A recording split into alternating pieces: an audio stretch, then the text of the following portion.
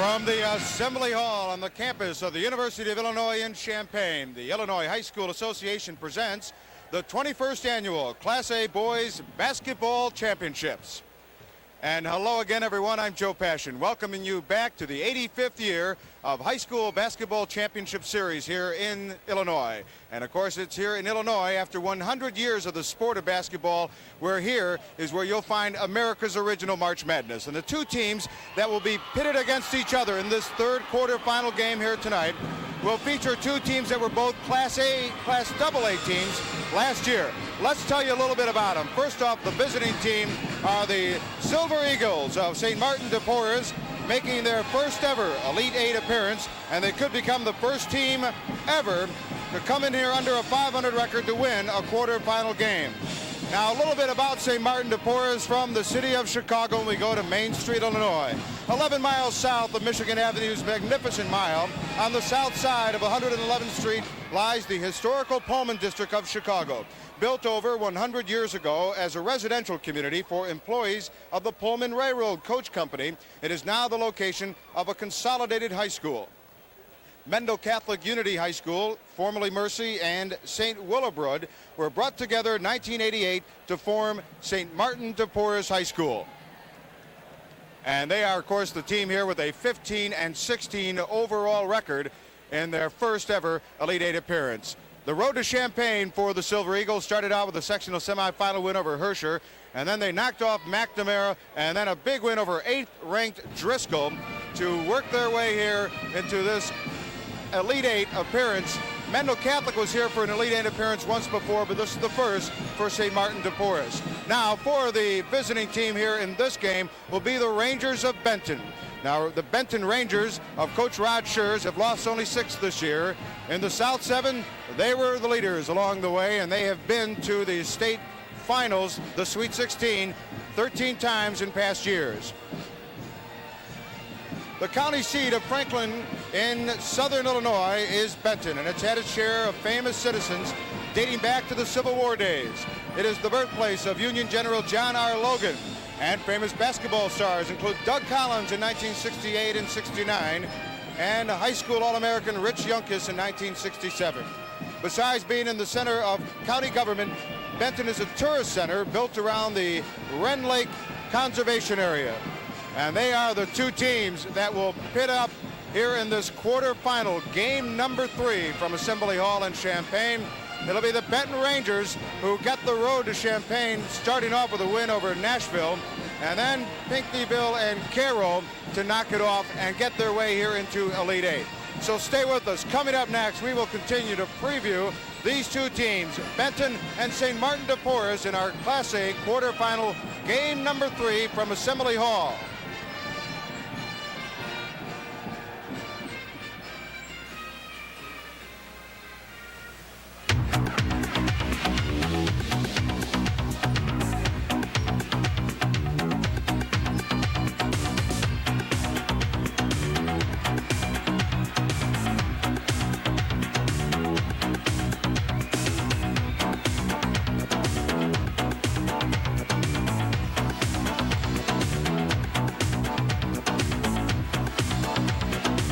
Your network sponsors are Country Companies Insurance, bringing you state tournament action for more than 20 years.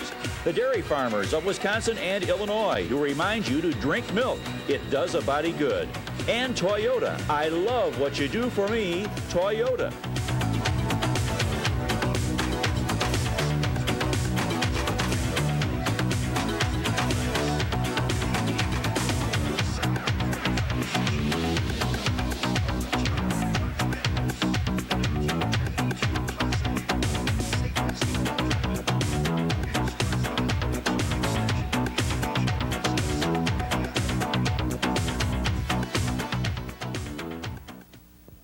I lent my car to my brother, and he demolished it.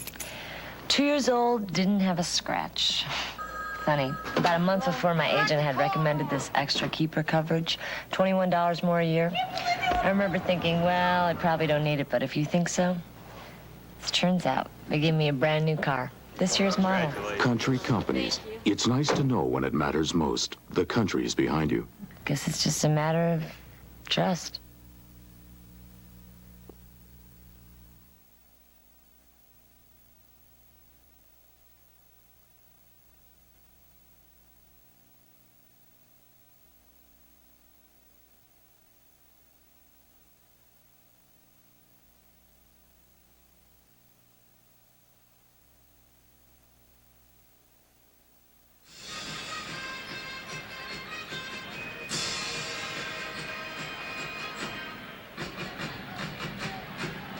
to lead us into this game against the Silver Eagles and Rangers.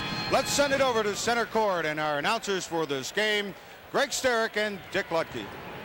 Thank you very much, Joe. St. Martin, De Porres, and Benton here in the third Class A quarterfinal round game. De Porres, as Joe has mentioned, a record of under 500, but they play an all AA schedule. Nobody is deceived by their 15 and 16 mark. The man who makes them go, Jerry G. He's a sophomore, Greg Sterick, but already he has the attention of a lot of major college scouts. Well, Jerry G, he's big and he's quick. At 6'6", he's a good scorer. He's got a soft touch inside. He's a left-hander, works inside in that lane area very, very effectively, but he's got that nice soft touch, and a good look at Jerry G hitting that nice soft turnaround jumper. Averages better than 21 points per ball game, and he's the guy that Benton must stop if they expect to win, Jerry G. Mike Mandarino is in his fourth year as the head coach at St. Martin, and he knows what it's all about here in Champaign. He's been here before as an assistant. Let's see what he thinks about this game. Well, I told the kids the keys tonight are certainly contained in Johnson. We want to keep him away from the basketball as much as we can. But we want our keys in every game we play are the same. Block out, make sure they get one shot and it's done, and maximize our opportunities by taking care of the basketball. I think one more big key tonight for us is to keep them off the foul line. We want to be aggressive. We want to keep the ball away from them, but we don't want to put them on the foul line early. Well, the Benton Rangers are no strangers to this tournament, but they have not been here since 1984. Benton, a solid Class A school this year. They're led by JoJo Johnson, Greg. And how Benton goes, that's usually how JoJo Johnson goes. Johnson's had a sensational senior year. He's a great scorer from outside, averages better than 29 points per ball game. Also can hurt you inside. He's quick to the glass, averages better than 10 rebounds per ball game. And JoJo Johnson, he can do it all, Dick. He's an outstanding player for Benton. He will have to do it this evening, though, without Brian Holman, their number 2 scorer. Brian Holman is a member of the Worldwide Church of God, and his religious beliefs dictate that he not play basketball between sundown Friday and sundown Saturday. So he is not with his ball club this evening. He talked to us about that a little bit earlier. I wish you could be there too.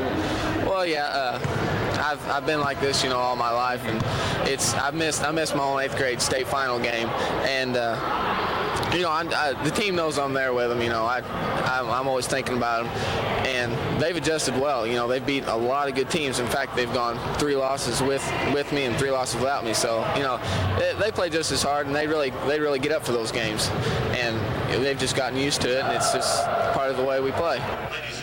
Rod Schertz is in his 2nd year as the coach at Benton, and he talked to us about playing without Brian Holman this evening in a critical game for his Rangers. Well, our kids have adjusted all year long, and I think one important thing, we've had kids that stepped up and have really, I think, played up to another level when Brian's not in the lineup. Of course, he gives us insight at strength, rebounding, shooting, and the whole works. We'd love to have him every game, but unfortunately we don't. But he's an awfully classy young man, and anytime we do have him, we're fortunate. One of your network sponsors is the Toyota Dealers of Illinois.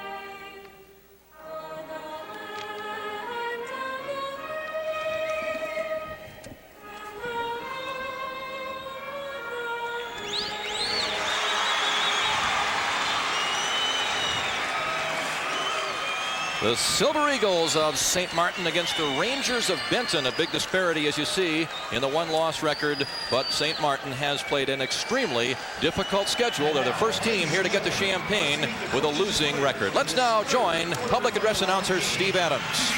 The Silver Eagles of St. Martin de Porres High School of Chicago, who enter this game with a record of 15 wins and 16 losses. And the Rangers of Benton High School entering this game with a record of 24-6. First, let's meet the non-starters from St. Martin. Number 22, a 5'9" senior, Charles Williams. Number 24, a 6'1" junior, Kadus Alo. Number 30, a 5'11" junior, Tony Blakemore. Number 34, a 6'1" senior, George Bellevue. And number 52, a 6'2" junior, Cedric McBride. Next, here are the non-starters from Benton. Number 22, a 5'7" junior, Ben Rice. Number 23, a 6' senior, Chad Fusen. Number 32, a 6'1" junior, Shane Smith. Number 33, a 5'10" junior, Doug Payne. Number 43, a 6' junior, Kevin Elko. Number 44, a 6'1" junior, Trampus Diefenbach. Number 50, a 6'4" junior, Toby Korn. Number 51, a 6'1" junior, Matt Herman. Number 52, a 6'5" senior, Brian Holman. And number 53, a 6' junior, Bryce Carney. And now, introducing tonight's starting lineups. At forward for St. Martin, a 6'3" junior, number 54, Kenneth Smith. At forward for Benton, 6'3" senior, 24, JoJo Johnson.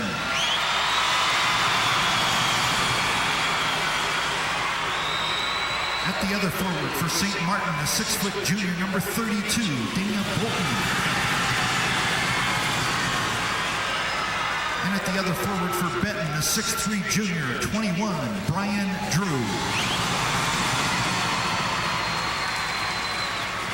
At center for the Silver Eagles, a 6'6" sophomore, number 50, Jerry G. At center for the Rangers, a 6'4" senior, number 54, Travis Caves. At one of the guards for Chicago St. Martin, a 5'11" junior, number 20, Randy Jackson. And at guard for Benton, a 6' senior, number 11, Brian Kern. At the other guard for St. Martin, a 5'10" senior, number 10, Jerry Hayes. And at the other guard for Benton, a 5'10" senior, number 14, Jason Tate. And now let's meet the coaches. First for St. Martin, assistant coaches William Hawkins and Milt Cooper, and the head coach in his 4th season, Mike Mandarino. And here's the coaching staff for Benton. Assistant coaches Don Webb, Jeff Roper, and Jeff Johnston, and the head coach in his 2nd season, Rod Schertz. It's Benton against St. Martin de Porres of Chicago. Coming up, one of your network sponsors is DuPont Herbicides.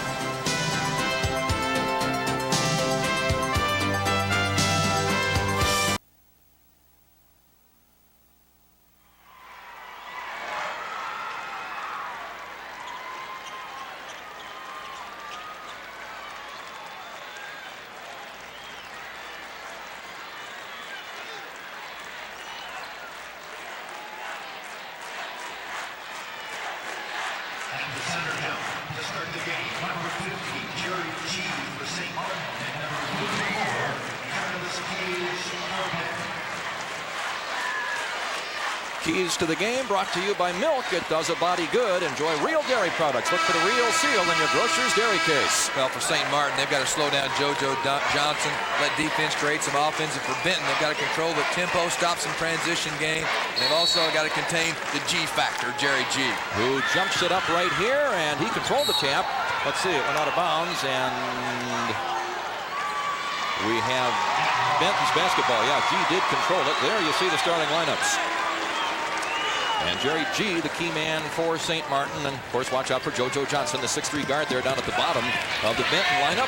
As the Rangers have put it in play, and we're underway. The ball fumbled momentarily by Brian Drew. Here's JoJo with it now.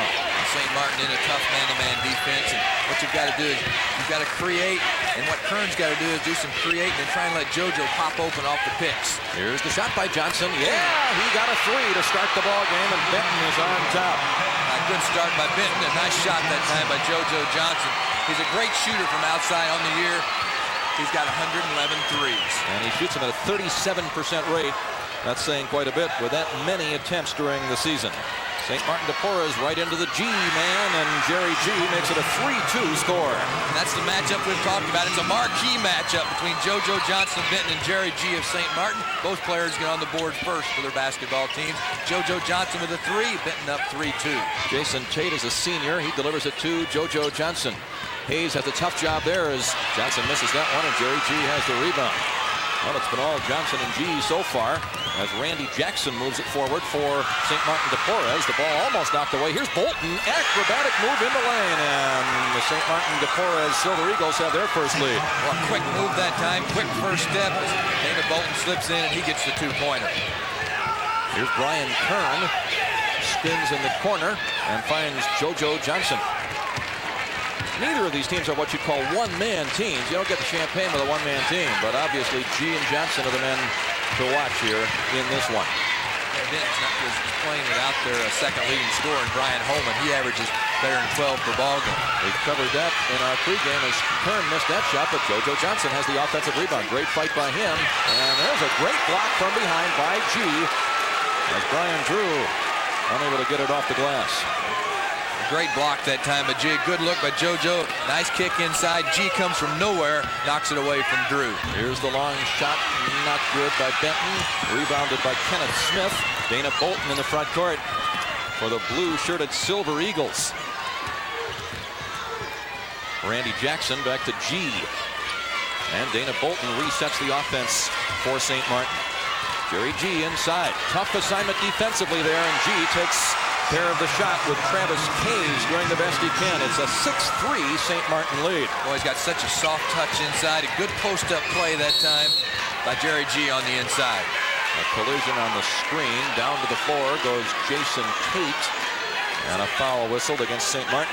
Without Holman in the lineup, Benton's elected to go with more or less 3 guards on the floor. When you've got Tate in the ball game, you've got Kern in the ball game, and you've got Johnson, you've got Drew. They've got guards in the ball game, but 3 guards especially. Jerry Hayes picked up that foul, and now he makes the interception, although he falls to the floor after making the play. And no foul. It's Benton's ball as Hayes almost made a great play, but he couldn't hang on. You know, St. Martin's basketball team, along with Benton, St. Martin, before they got into tournament play, they played all AA schools. Benton's played a pretty good AA schedule too. I don't think Benton would be intimidated by the fact that St. Martin has played all AA schools because, as you say, they play their share of AAs. Here's Travis Hayes, tough 15-foot shot. He leaned in. A foul away from the ball, however, called against Kenneth Smith of St. Martin. I think it's important, too, that Travis Hayes turns his game up a notch offensively.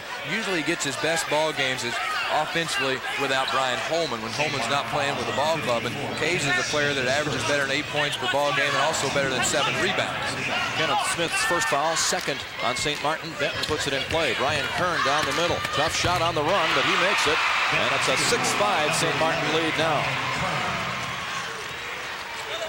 Benton showing a little pressure, and Benton's going to match up man-to-man wise. St. Martin's in a man-to-man defense to open the ball game. This is 2 very good basketball teams that we're seeing here, Dick. Jerry Hayes with it, shovels it inside to the sophomore. And a great play by Travis Hayes defensively to take the ball away from G. Now JoJo Johnson, great move, and the shot high off the glass, but not high enough as Jerry G battles for the rebound. Here's Jerry Hayes for St. Martin. He missed the opportunity as the ball comes to JoJo Johnson. It's up and down the floor here in this one. Yeah, both ball clubs really wanting to run the basketball. A little surprised out of St. Martin. I didn't think they'd be that quick. This is a very quick basketball team. Travis Kays in the corner. Normal U High and Augusta Southeastern. The winner is this afternoon. They'll play in the first semifinal game tomorrow. Good ball pressure, though, by St. Martin. Really trying to find JoJo Johnson on the floor. Jerry Hayes is very, very quick. Very quick, and they get Hayes with a personal foul. Well, and that's 2 on him and 3 on St. Martin already. And the Eagles are not a particularly deep team, so foul trouble could be a problem for them. It's 6-5. St. Martin de Porres has the early lead over Benton as we will take a break. One of your network sponsors is Country Companies Insurance.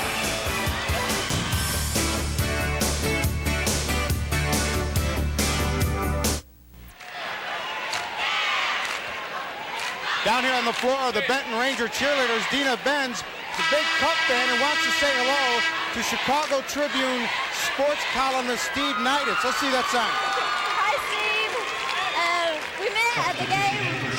We missed about 3 games and talked to him.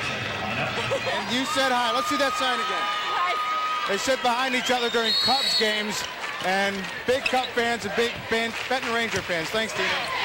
All right, back now down to the game.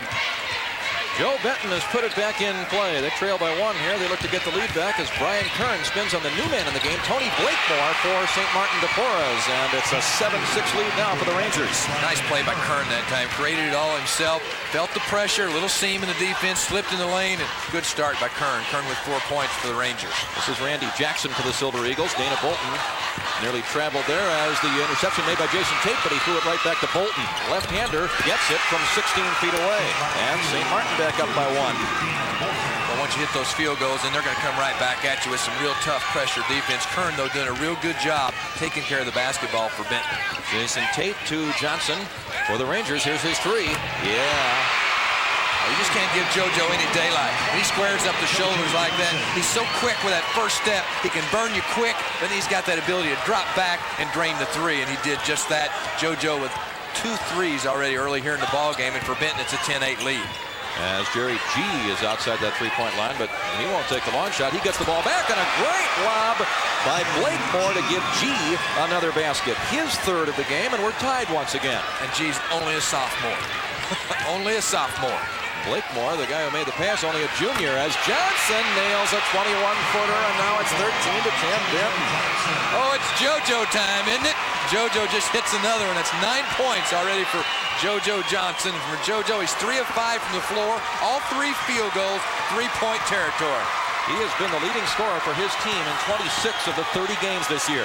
Jerry G answers for St. Martin. 13-12. Benton's lead is 1. And don't forget about G. He's now 4 of 4 from the floor. G with 8 points. They just get it down low to him and he posts up. And Brian Kern forcing the action with a drive, and Blakemore has picked up the foul. That's 4 now on St. Martin. Boy, what a great start to this game. 2:22 to go first period. 13-12 Benton as you look at Tony Blakemore, who picked up the foul. And when you talk about Jerry G, had 4 block shots in the super section win. Look at the fouls, 4 for St. Martin, 0 for Benton. To finish that thought, he also had 32 points and 12 rebounds in that super sectional win. Quick pass to Johnson, and he gets the shot and was fouled on the shot, and he'll go to the line. Nice inbounds play for Benton, as now for the Rangers into the game, Matt Harmon replacing Jason Tate. JoJo Johnson so quick to the basket, but look at this. Nice leaner. He got fouled all the way and had the presence of mind to go ahead and shoot the basketball so he'd have an opportunity to go to the line. You know, from the line, JoJo Johnson gets plenty of opportunities. And he misses the free throw, which is not a common occurrence, although JoJo's free throw percentage is not as great as you would think it would be with his tremendous perimeter shooting ability. But he gets so many opportunities. 67% on the year from the line. Coming into today's ball game, he was 182 of 270. That's a lot of chances at the stripe. He gets there. But he's a creator. Yep. Yeah, he's a creator. He makes things happen on the floor. 1 free throw for him, and it's 14-12 now in favor of the Rangers. A great fake there by Jackson. He put his man on the floor and pulled up and nailed his first field goal, and we're tied once again. Yeah, Benton having some problems out of their man-to-man defense, having some problems with St. Martin's quickness here early in the ball game. Here's JoJo, pull up 3. Oh my. Wow. JoJo Johnson with 13 of his 17 points here in the first, his team's 17 points. A 3-point lead again for the Rangers. He's 4 of 4 from 3-point territory. He's putting on the show. I don't know who's going to stop that play. Well, you just can't give him any daylight. He's so quick, but he also has that ability to beat you on the dribble drive. You know, he's got the luxury. He's got the whole package, Dick. He can hurt you from outside or put it on the floor and beat you on the drive. When he shoots off the dribble like that, it's impossible to stop the shot. Brian Drew committed the foul for Benton.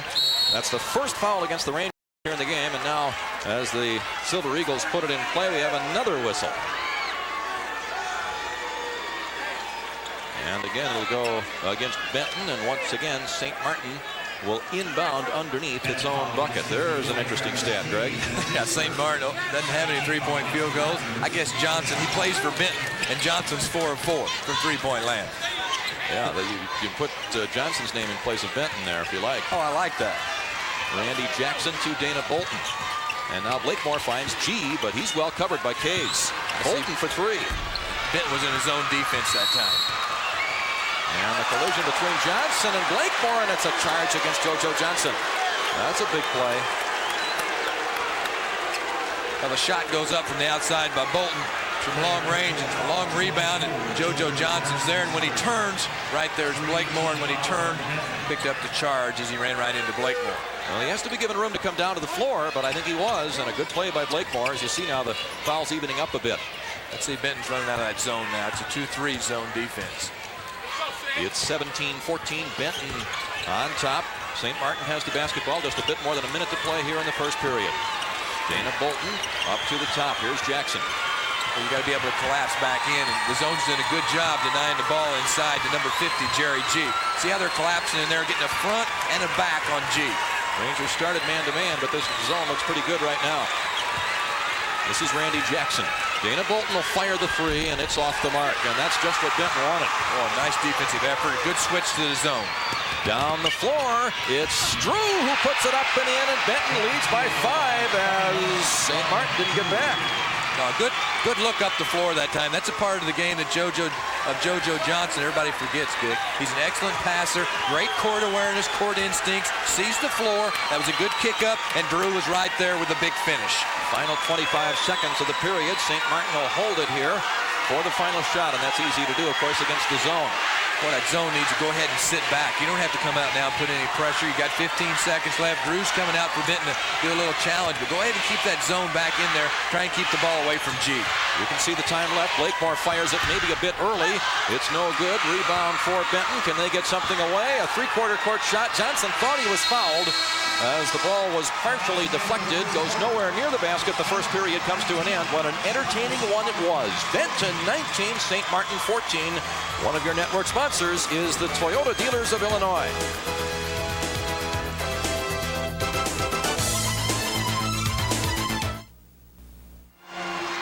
Well, this is the last team from Benton to win a trophy here in Champaign. A long time ago, that team lost in the semifinals to Harvey Thornton. A sophomore by the name of Lou Boudreau led Thornton to that victory over the Rangers. Benton's been to the Elite 8 times and 13 times the Sweet 16, 12 sectional titles. When you talk about tradition in basketball, you're talking about Benton High School. And they've been there as a AA and a Class A school. That's a little bit unusual as you see the top scorers so far there. Now Blakemore for St. Martin as they've put it in play. They're down by 5 as we start the second period. Ball tipped by Benton, so St. Martin can go back and get it as Drew made the good play. Here's Hayes driving, passing to G, charging foul called. Good defensive play by Matt Harmon of the Rangers. Well, since Benton's gone to that zone, it's been very effective. Matt Harmon slips in there. JoJo goes for the block. Kays is right there. Matt Harmon, when he's in the ball game, he gives him a little bigger body. He's at 6'1" and about 190 pounds. And Hayes is going to have to check out. He leaves with 3 personal fouls. Well, 8 points a game for him, and he's the floor general for St. Martin. So that's not good news for the team from the Windy City. They trail it by 5 as the Rangers come across the timeline in the person of JoJo Johnson, who inadvertently knocked his man in the nose and then pulled up and took a 3. Randy Jackson took a little bit of a hit there. JoJo took advantage. That's his 5th 3 of the game. He is already within 2 of the state tournament record. And we've got a lot of basketball to play. JoJo's hot. It's now a 22-14 lead, 8-point advantage for the Rangers. At the wing, Dana Bolton. Well, Indiana was interested early on in JoJo Johnson. Here's the three, and it's rimming no good for Jackson. G kept it alive, knocked out by Benton. Good job by Jerry G. His team gets a second chance. You know, Dick, I've had the opportunity to watch JoJo Johnson throughout his high school career. This is almost normal for JoJo Johnson. He's a great shooter from the outside. He's 5 of 5 from three-point range. Murray State and Southern Illinois among those who'd love to have his services. Here's another three attempt by Jackson. Yeah, he got one back, and so now the lead is shaved down to 5 points. That's the first three of the game for the Silver Eagles, who shoot for the season only 30% from three-point territory. And now Blakemore commits a foul. That's his second. And the Silver Eagles getting themselves into foul difficulties here as Benton is in the bonus, and back to the line go the Rangers. I think Harmon's going to have to shoot the free throw, isn't he? He's going to be the guy that's going to shoot. Yeah, I think it's going to be Harmon. He's the guy that sets the pick right there for Kern. And he was set. Good call by the officials. It's going to be Matt Harmon at the line. And for Harmon on the year, 56% from the stripe. But he's only been to the line 9 times all season. So there's something of a new experience for him, and he does it here before quite a few thousand people, as it wouldn't roll for him. Jerry G has the rebound. And it's still a 5-point lead for the Rangers of Benton. Benton still in that zone. And Blakemore can't find the range. Good rebound by Brian Kern. He hustled out there to track down the loose ball. Here's Mr. Three-point shooter, JoJo Johnson. There's another try, and he missed that one, but not by much. Matt Harmon with a good offensive rebound. JoJo with a 25-footer. Oh! Ho, ho! 28-17 it once again, or excuse me, 25-17. Once again, it's an 8-point lead for the Rangers. And for JoJo Johnson, 19 points already in the ball game. He needs one more three to tie the state tournament record for most threes. The place is buzzing. Chris Payne, who will play in the next game for Elgin St. Edward, shares that record as Jerry G gets 2 back for St. Martin, 25-19. The Ranger lead is a half dozen. Yeah, G's now in double digits. G with 10 points. JoJo Johnson feels it, and now before he can fire up another three, Randy Jackson fouls him. That's a good move, I think, by Jackson, Greg. Now they're looking for somebody that can guard JoJo Johnson, and not many people really can. His average is 29.3 points per ball game, and this is just a great start for Benton and JoJo Johnson. Benton's up 25-19, still 5:38 left here in the second quarter.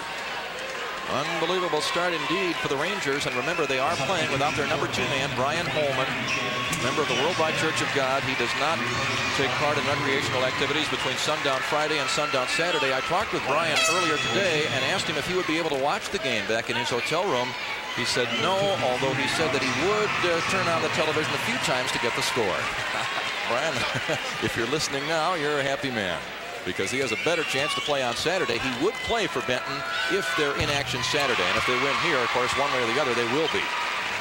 Either in the championship or the third-place game, as JoJo Johnson has his 20th point already, and it's now a 7-point lead for Benton. Yeah, and Chad Fuson has checked into the ball game for the Benton Rangers. Give Drew a little breather. 26-19 after the second free throw is missed. Inside the G, and he backs in on Kays, who is bumping hard with him and who is whistled for the foul. Second on him. And that's a key, because he's the man that they want to have matched up with Jerry G. Yeah, with Kays at 6'4" and G at 6'6", though, it's kind of a mismatch. I really like, though, what Rod Schertz, the Benton coach, has been able to do. He's made some substitution. He's got Bryce Kearney in the ball game now. He's shuttling in and out some big bodies to kind of lean on him a little bit, where they can front and also play tough out of that zone from behind. Give a front and a back on Jerry G. See how he's dropping down? Houston, the guy out front's dropping down. Here's the three, and it's an air ball for Charles Williams, who just checked in for St. Martin de Porres. Also in for St. Martin now is Kenneth Smith once again. 26-19, 7-point lead for the Rangers. Here's Kern. JoJo with a 23-footer. And he's a little short that time. That would have tied the state tournament record. Pass into Johnson, pulled up shot. Oh, he's off the mark by a lot that time. Didn't get it above the rim, and Jerry G has another rebound. Baseline drive, and Williams traveled. Yeah, he didn't get that shot away soon enough.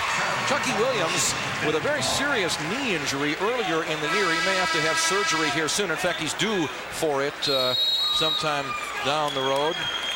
He is playing at less than 100%. Well, a timeout called here with the score 26-19. Benton in front of Chicago's St. Martin de Porres. One of your network sponsors is milk. It does a body good. And this game is being brought to you by the people that produce milk, the dairy farm families of Illinois and Wisconsin.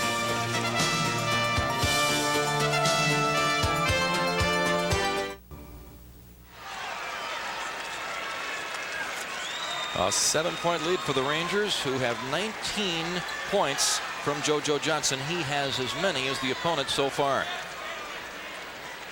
St. Martin now showing a little pressure, and we have not seen that as of yet until now. And that's the kind of defense they play a lot during the season. So we'll see how that affects Benton here as Brian Kern spins at the wing.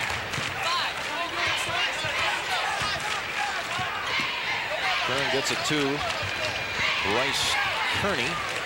Here's JoJo's three-pointer. He went for the record tire again and didn't get it. Now Kearney is on the back of the rebounder, Charles Williams. Nice block out that time by Charles Williams. Had the inside position, and Kearney went up over the back, picked up the personal foul.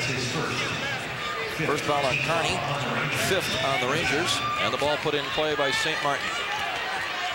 Well, despite all of the threes by Johnson, the Silver Eagles are still very much in the picture here, down by just 7 as they continue to work against that Benton zone. This is Randy Jackson, and now Blakemore with the skip pass. Williams open for the 3, pulls up, and instead gets it into Jerry G, who wouldn't get the roll that time. Ryan Kern able to save it in. Here's Johnson. Hard drive this time, cut off nicely, but he pulled up and missed the shot again. He's cooled off considerably. The rebound effort, no, for Doug Payne of Benton, and now on the rebound, it's out of bounds play as Randy Jackson stepped on the line. Jerry G drawing all the traffic there on the inside. They're trying to front and also play behind, and good ball movement, skipped over the top of the zone, and right there's a good look inside. Look at G, misses a shot, but a good job of moving the basketball to get G back involved offensively. Reach-in foul called against Tony Blakemore against Brian Kern, who will go to the free throw line. The Rangers are in the bonus, and Blakemore has picked up a couple of fouls. As hot as JoJo Johnson was early in the ball game, I mean, he's been tremendous, but he's missed his last 5 field goal attempts. A good look there at head coach Rod Schertz in his 2nd year at Benton. Last year, his ball club was also outstanding. They were 24-6. They competed in the AA last year. This year, they're competing in the A tournament. Ryan Kern on the free throw line. He gets the throw.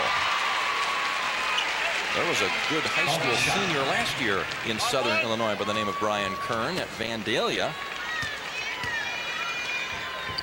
He's now playing with Illinois State University's Redbirds. This Brian Kern makes both free throws, and it's a 9-point Benton lead, which is the largest now of the evening, 28-19 Rangers. Dana Bolton has it for St. Martin de Porres. This is Chucky Williams. Moving inside, Jackson open for the 3. Williams again, he fakes and pulls up and misses the shorter shot. And we got a foul on the rebound. Kenneth Smith battling with Travis Kays, and it's Smith that time called for the foul.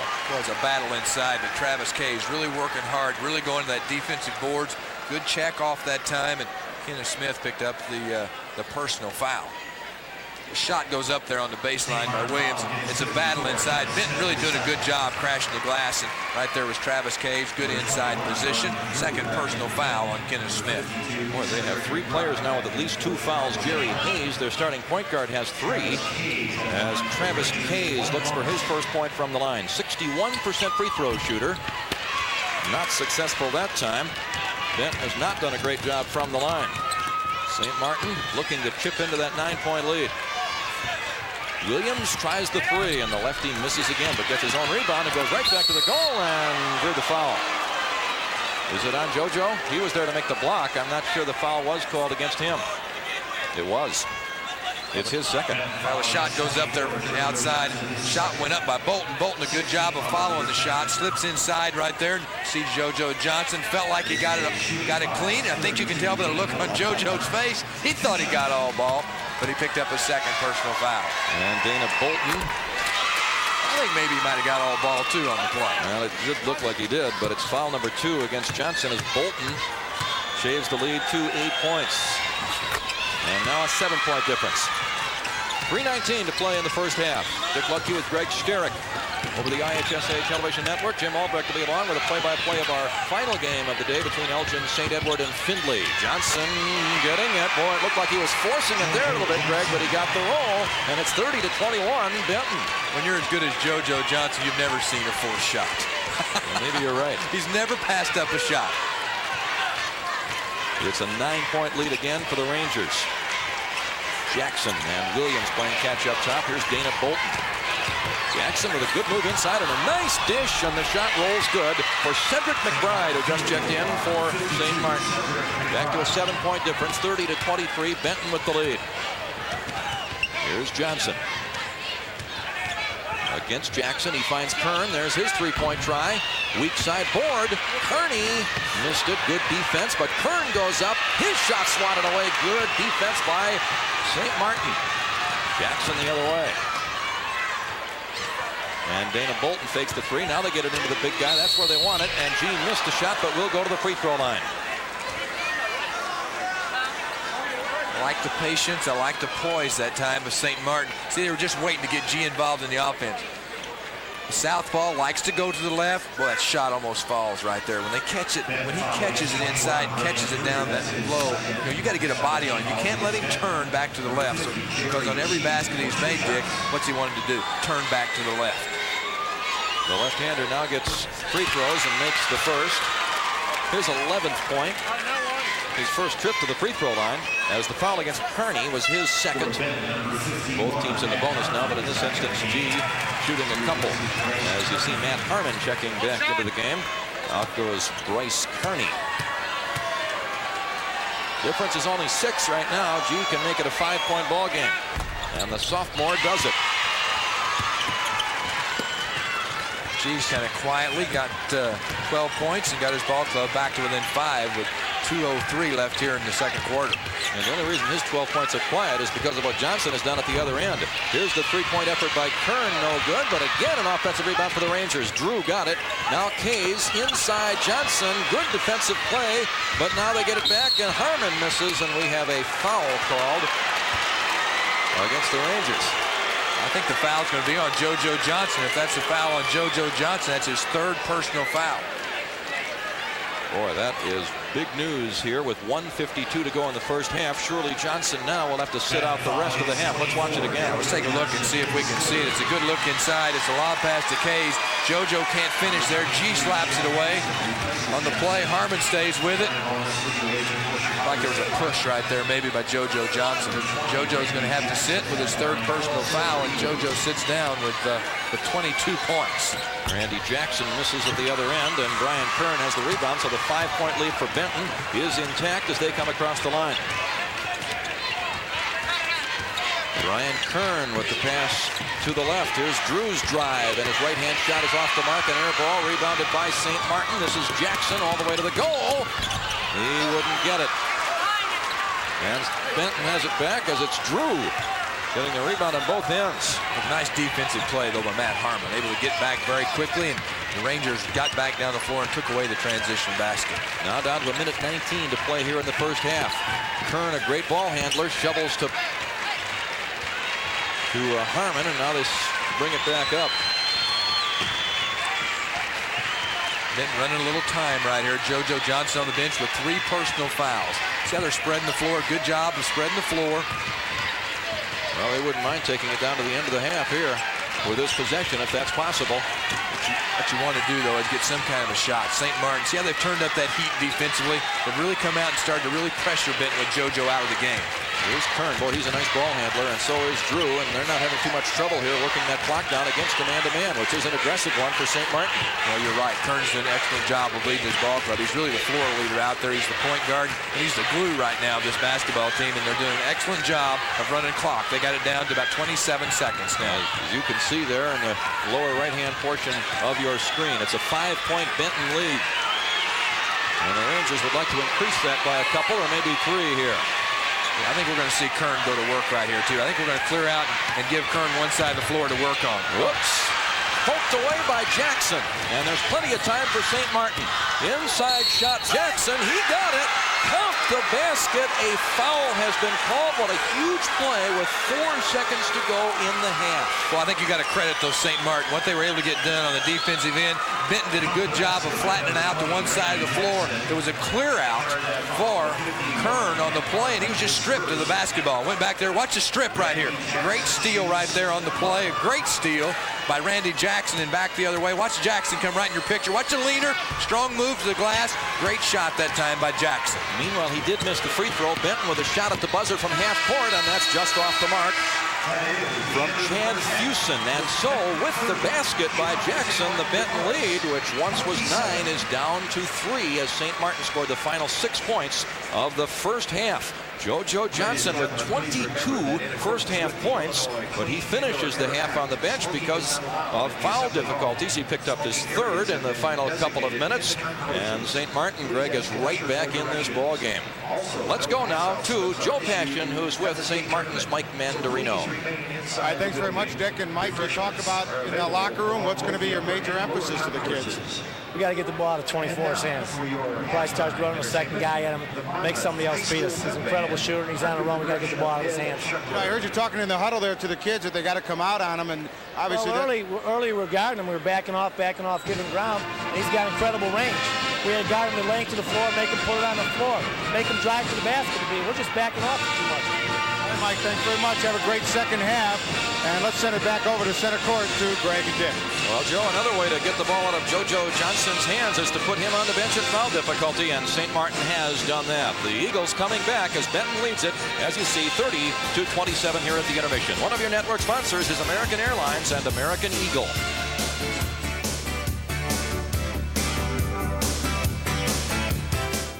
First half as JoJo Johnson set this place on fire early on. 6 3-point baskets for him in the first half, and he had his team up by 9, but then JoJo left with foul difficulties. Jerry G keeping St. Martin very much in the picture. He has a dozen, and the Silver Eagles, Greg, are right back in the picture with the 3-point deficit. Well, they were able to run off 6 straight points right at the halftime, but I think you set the stage pretty well. 2 marquee players, JoJo Johnson and Benton. What a show. He gets 22 points in the first half. And on the other side of the ledger, when you talk about St. Martin, they've got a nice player on the inside. Only a sophomore in Jerry G. He gets 12 points, but right now I think there was a little momentum shift. Your thoughts? Benton held a 9-point lead, and then to close the half, St. Martin really turned it up on the defensive end with JoJo Johnson out of the ball game with 3 personal fouls. So right now, a little momentum switch, and in the locker room, St. Martin's got to feel pretty good right now, just trailing by 3 points. I think they have reason to feel good, but I think they're probably talking about getting the ball into G more often. He did score a dozen, but they can work it in there better, I think. Well, Benton went to that zone, and Benton was very effective in keeping out of that zone, keeping the basketball out of the hands of G, but St. Martin was able to step up and knock down some shots from the outside. But you're right. St. Martin needs to go to G. Benton needs to keep the ball in the hands of JoJo Johnson. All right, 30-27. Benton has the lead here at the half. We will return after these local messages.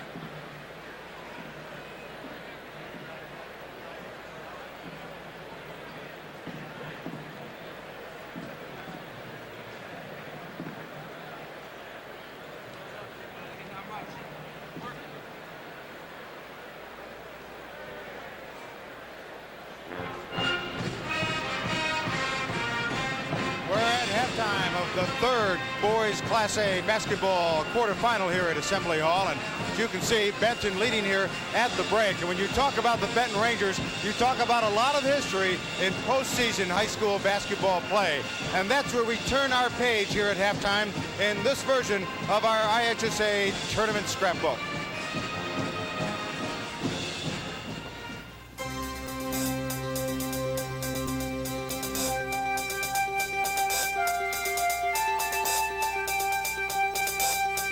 They say every picture tells a story. So do the banners hanging from the rafters of Rich Herron Gymnasium in Benton. It's a story of dedication, hard work, and determination. But most of all, it's a story of winning.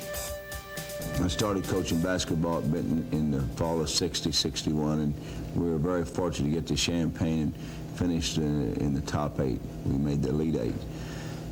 Then in '66 and '67, we had to back 30-game winners. We're 31-1 in '66 and 31 in '67. That was the start of great basketball in the city of Benton. Rich Herron would go on to post more than 600 wins as a high school coach, the majority of those coming at Benton, where his teams also won 21 regional titles. The torch passed to his brother Ron Herron when Rich took over the Southern Illinois University basketball program in 1985. Then into the hands of a former Benton player, Rod Schertz. I played basketball here in 1974 through 1978 and played basketball 2 years under Coach Herron in '77 to '78, and that was just an opportunity that a lot of young people in Southern Illinois wish they had a chance to do, is play for the Benton Rangers, and it means a lot to me, not only once as a player but now as a coach. And through the years, the coaches at Benton have had some great talent to work with. All-Americans like Rich Younkus and Billy Smith and many All-Staters. We've had probably 70 young men go on and play college basketball. Doug Collins played on the Olympic team and played with the 76ers and coached the Bulls. Probably 20 young men that played basketball in the city of Benton are now coaching today. We've had some great players. We've got some very great players this year on our team that really help to make and continue the tradition. And leading the way is All-Stater JoJo Johnson, whose picture will someday join those watching over Rich Herron Gymnasium. I mean, I've grown up in Benton, and I've worshipped these guys, and like I guess some kids do now. But when they compare you to Doug Collins and my dad and Rich Younkus and all them, it's a great feeling. And Bruce Baker's, they just got a lot to compare you around here. Benton people really know their basketball. Coaches will tell you success breeds success, and that is certainly the case in Benton. I mean, playing basketball in Benton in Southern Illinois is about the best place you could play. We got the nice facility. We got some of the best crowd support you could have. We came back from the regional championship, and there was over 1,000 people meeting us on the square, and it gives you chills when you see something like that. And to keep the tradition alive like we have, it feels pretty good. A tradition of winning. It's easy to get the picture when you look at the Benton Rangers. For the IHSA Network, I'm Mark Kiesling. Well, you saw him on video. Here he is in real life. Rich Herron, the former head basketball coach for the Benton Rangers, now the head coach for the SIU Saluki men's basketball program. And you look back there, you tell me a great story about how those uniforms originated. Well, we picked North Carolina for the shirts, get one Benton Rangers on there, and the pants come from the Washington Bullets, and Coach Church stayed with them. They've probably been there for 20 years, and just kind of traditional basketball at Benton. And I think tradition is very important at any college or any high school. Well, when you look at the Rangers out here on the floor, other than the color, they don't differ from the haircuts right on down to the shoes practically. They look like black Converse high tops like they used to wear. Well, JoJo Johnson's father's one that put the flat tops in back in the late 60s, and they are flat tops, and that's just kind of a symbol of what Benton basketball is all about. Real quickly, your summary of the first half? Well, JoJo's put a tremendous first half on. He's hit the 3. Big G's come down and hit the 2, and Benton's gradually got the lead. JoJo in somewhat of foul trouble, and it's not a one-man game because they use him, but they need him in the ball game. Rich, thanks very much. Great to have you out here. Thank you very much. Rich Herron, and we will be back with more of the second half of this third quarterfinal Class A game right after this timeout from a message from our local stations.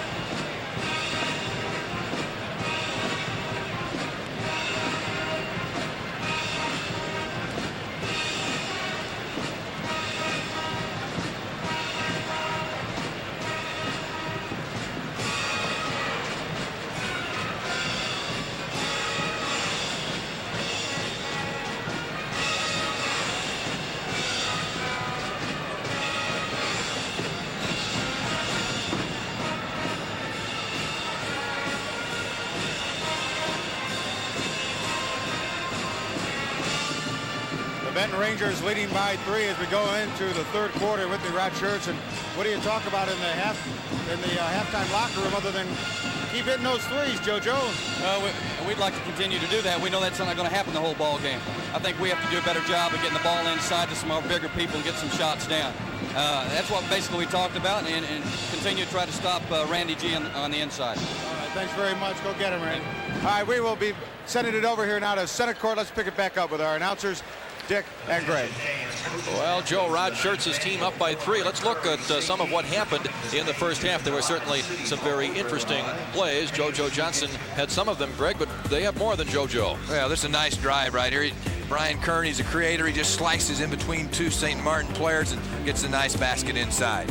Let's see a 3 from JoJo. What do you say? Just kind of looks off the defensive man and just pop right there. JoJo Johnson, long range, bangs in a 3-pointer. And Brian Drew can also do it for the Benton Rangers. But the guy that set it up, a good lead pass there by JoJo Johnson. Brian Drew with the finish right there. A little kiss off the glass, but nice 2-pointer that time by Brian Drew. St. Martin with only 1 3-pointer in the first half. Here it is as Randy Jackson puts it down from long range. A nice shot that time by Randy Jackson. He gets a nice shot down for St. Martin. How far can JoJo shoot it from successfully? Well, he's not too far outside the 3-point line there as he misses it. But the rebound, he's going to get another chance here, Greg. Yeah, that's a good follow. Nice kick back out. You saw how far back was he? About 4 steps behind the arc. Bottom of the net for JoJo. JoJo drains another one, and JoJo gets 6 threes in the first half, 6 of 9 from 3-point range. There's the steal by Randy Jackson, and he gets the return pass from Bolton, and that was a big play for St. Martin in that first half. A good way to close the half. Kern was stripped and then back the other way. Jackson, a nice leaner there, gets it up on the window. A nice 2-pointer that time by Randy Jackson. The Rangers lead it by 3, 32-27 over St. Martin, and we'll return after these local messages.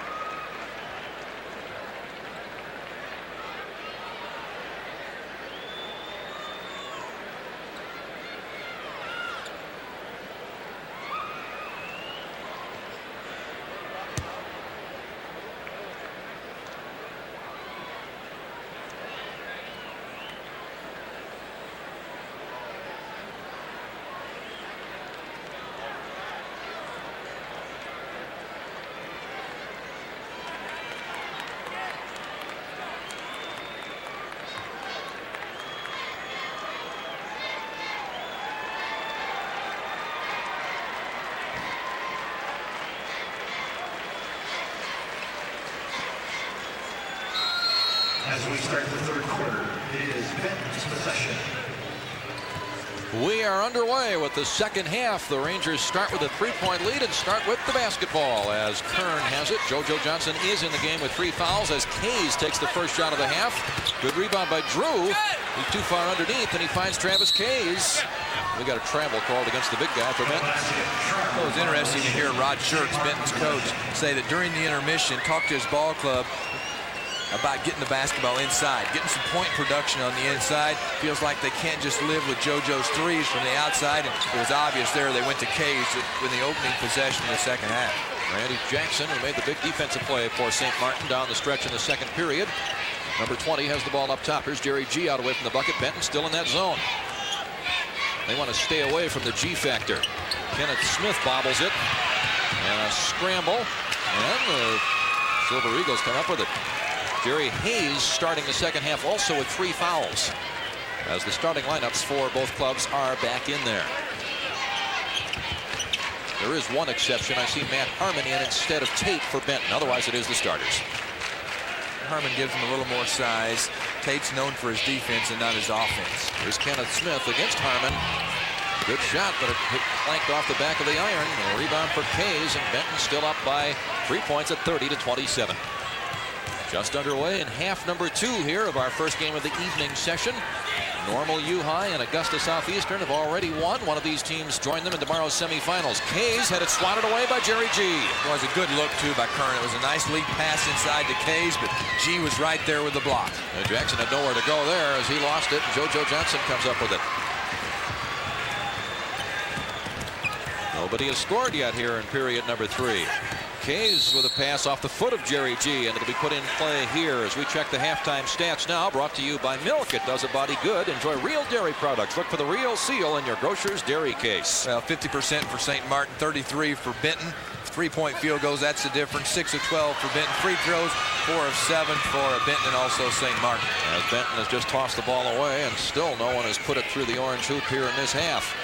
Jerry Hayes with a shot fake. Oh, wide open Kenneth Smith, and he's got the first basket of the half, which puts St. Martin within 1. First basket for Smith. 30-29. As Kern moves into the paint. Great pass, and Drew couldn't make the basket. I don't know that he was expecting the pass. Luckily, Harmon there to follow up. He cleans up with his first basket of the game, and a 3-point lead again for the Rangers. Yeah, big basket that time by Harmon. Slipped inside the defensive man there and got the nice stick back. Jerry Hayes to the corner against that zone. He finds Blakemore, who's into the game now for St. Martin. Blakemore, an 18-footer. And they're not getting it from the perimeter as Brian Kern comes the other way. Tough shot by Kern, but he puts Benton up by 5. Brian Kern going from one end to the other. That's a tough play right there. Kern really does a good job running the show. 152 assists on the year. That time he took it coast to coast. Nice leaner off the glass, a big basket for Brian Kern. Jerry Hayes to Blakemore. Well, the zone's really got G bottled up inside. Really got him baffled on the inside. Well, they're giving a perimeter shot, but St. Martin not making enough of those to do any real damage right now. Jackson, who has the only 3 for St. Martin in the ballgame, thought about it. Here's Blakemore. They got it to G, but 4 men surrounding him. Out to Jackson, and he can't get that 3-pointer to fall. Benton in great shape here, up by 5 with the ball. And JoJo off the dribble, missed it pretty badly. Kays has the rebound. Benton doing a good job on the offensive boards. Here's Johnson again. A little short off the glass, and here comes St. Martin's Jerry Hayes. 2-on-1 break. Hayes had it stripped by Brian Kern. Big defensive play. Yeah, great play by Kern that time. See if he can do it on the offensive end. Behind the back pass to JoJo, who didn't have the shot. He wisely puts it up to the top, and Benton resets. Well, Kern's made some big plays here in the third quarter. Big plays, a big basket, and big defensive plays. He has that ball on a string as he spins in the lane and draws another foul. Yeah, this team is more than JoJo Johnson, no question. Jerry Hayes has picked up his 4th, Greg. Watch Kern right there. Nice strip by Kern. May have got him on the arm, but a nice strip that time by Kern, and Kern goes back the other way, and Kern on the dribble drive. He does such a good job handling the basketball, and you're right. Benton is much more than JoJo Johnson. And a 5-point lead for the Rangers, 34-29. One of your network sponsors is Radisson Suites.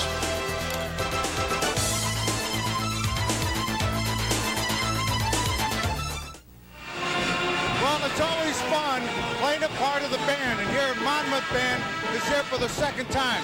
This is a nationally award-winning band, and they've always got great music. For example, I'm up here. I mean, they do it all up here. Right, girls? I mean, this is just part of what it's all about here at the IHSA Finals. You've got to have a band to rock with the basketball players. And back to a couple of real swingers over here on the table at center court to Dick and Greg. What's a high school basketball game without the band, Greg? Joe, I don't think Joe will make it in the band either, do you? Nor is a dancer. Here's the long one by Kern. He got 3, and somebody else besides JoJo puts it in from outside of that arc. That's the first 3 by someone other than him, and it's an 8-point lead for the Rangers. Yeah, Kern now with 11 points, so he's in double figures too, and he's picked up that scoring slack from JoJo, and JoJo was hot early, but boy, Kern's been tough here in the third quarter. Chucky Williams in the game for St. Martin. He had the ball there. Up top, Jackson. Martin has it back. He has the bad left knee. Here's Bolton. Jackson to Williams. Boy, a lot of lefties on this St. Martin team. G and Williams and Bolton, all left-handers, as Big Jerry G has it now, and there's his baseline shot. A little short, but he will get himself a trip to the free throw line. Harmon has whistled for his first. St. Martin's got to do a good job of getting Jerry G involved on that offensive end. Good look at Rod Church, the head coach of the Benton Rangers. On the other side, Mike Mandarino of St. Martin. Jerry G is going to be at the line to shoot 2 free throws. G is 2 for 2 from the line in the ball game. 62%er. as he has his 13th point, and his team is within 7. 3:06 left, third period. One more game to go here. Elgin St. Edward and Findlay waiting in the wings. As the throw by G closes the gap to 6 points. Now that full court pressure for St. Martin. We've seen it after made free throws. JoJo able to beat it with the dribble. Here's Harmon. Great shot fake, but then G made the block, but they say he did get a little bit of arm, or else he got him with the body. That's the second on G. JoJo Johnson so quick with the ball. Nice no-look pass right there as Harmon streaks to the glass, and you see G right there. Nice play by Harmon. May have given him a little pump fake. G bought it up in the air, came down, slapped the wrist and arm of Matt Harmon, and Harmon's going to go at the line. So Harmon off the bench has really helped this ball club on the inside out of that zone defense. He missed the free throw. He's 0 for 2 from the line, but he is active inside defensively for the Benton Rangers, and Coach Rod Schertz, who looks pensive there as his team has the 6-point advantage. I said second foul on G. That's a mistake. It's his first, so he's not in any difficulty yet as Harmon missed another one, and Kenneth Smith has the carom. And St. Martin in a hurry. But nothing there, and so they bring it back to the top. And look over that 1-3-1 zone. Dana Bolton, skip pass, too far for Chucky Williams. We talked about his bad left knee, and that did not help him elevate to catch that pass that time. No, it was just a bad pass. They were trying to skip it over the top and then let G kind of pin his man and then give him a good look inside. And, well, the zone defense, strategy-wise, Rod Schertz, he's pulled all the right strings in this one, going to that zone defense. Here's Kern. Boy, great penetration again, but he missed the shot. A little out of control as he fired it up there. Kenneth Smith with the rebound. Here's Jackson. Inside to G. And a tough baseline jumper, not good. JoJo Johnson with a rebound. Good defense that time by Harmon and Kays. JoJo lost it out of bounds. 37-31. Benton continues to lead by 6. We're down to 2:12 to go here in period number 3 as Blakemore comes back into the game for St. Martin. Back to the bench goes Dana Bolton. There you see Blakemore. St. Martin needs to find that spark, somebody off that bench that can step up and hit a shot from the outside. They're really struggling shooting the basketball from outside. They're 12 of 27 from the floor, 1 of 8 from three-point land. Kenneth Smith, a 13-footer. Boy, that's way off. And the rebound for Kays, and they just can't get anybody to make a perimeter shot. And they're only getting one crack at it. Benton's doing a real good job just screening out and boxing off on the glass. Kern for a triple. He was close. And the rebound goes out of bounds. And a foul called on the rebound effort. And that's going to go against St. Martin. Blakemore has picked up his third foul.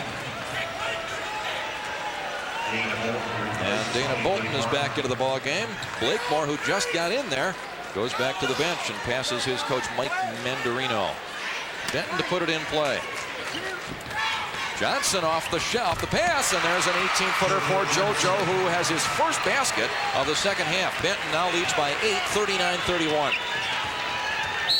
Jackson is fouled up top by Brian Kern. They got a little too aggressive there that far away from the basket. Brian Kern's first, second against Benton. They've been doing a pretty good job of playing defense, good defense, Greg, without committing too many fouls. Well, they've been sitting back in that zone defense. That helps you stay out of foul problems, and it's a way of kind of protecting JoJo, too. He's playing with those 3 personal fouls, and, you know, it looks like Kern's going to go up and challenge a little bit against St. Martin's guards. Inside the G, spins and a whistle, and we have a foul on Harmon. See what happened on that particular play.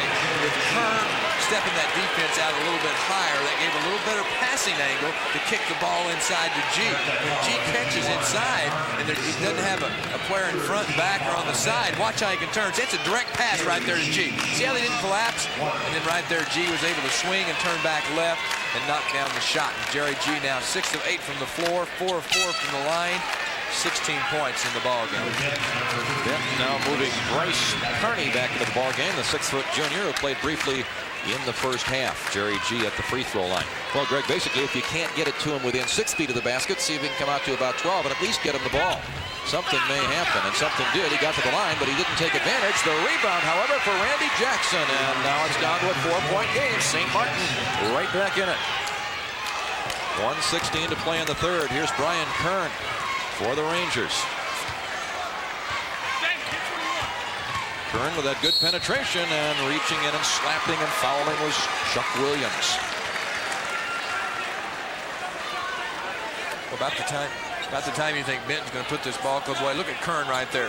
Right there. Nice drive by Kern once again. And Kern really working hard to create something on the offensive end. I really think what Kern wanted to do was penetrate and maybe kick to JoJo. Look at head coach Rod Shirks and also JoJo Johnson. Kern at the line for Benton.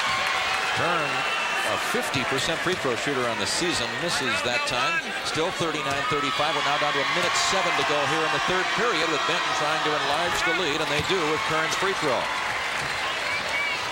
40-35. Rangers, who've led most of the way in this game. Their biggest lead has been 9. That back in the first half.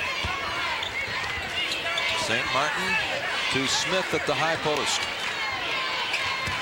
And now Tony Jackson. Dana Bolton. They want to get it into the big guy. Now they've got it there, but he has to deliver it back outside. A shovel pass to G. Triple teamed. He must get rid of it. Jackson for 3, and that's very short. And they're sagging in further and further here as we go along, because St. Martin cannot get that perimeter shot to fall. And that's where the shot's becoming available, right there at the top of the key. And, you know, Randy Jackson, he's got the shot. He doesn't appear to have much confidence in shooting that shot from the top of the key. You know, with each effort, he may be losing a little more confidence. As Benton has it now with 18 to play here in the third period, and the ball thrown into the backcourt, picked up by Jackson. Now the last opportunity for St. Martin here in the period. They're down 5 with the ball. Here's the move by Bolton. Tough shot. He got it. What a play. And that makes it 40-37. Benton with a three-quarter court shot at the buzzer, off the board. No good. And St. Martin hanging right in there despite their troubles from the perimeter. It's 40-37 Benton with 8 minutes to play. One of your network sponsors is Country Companies Insurance.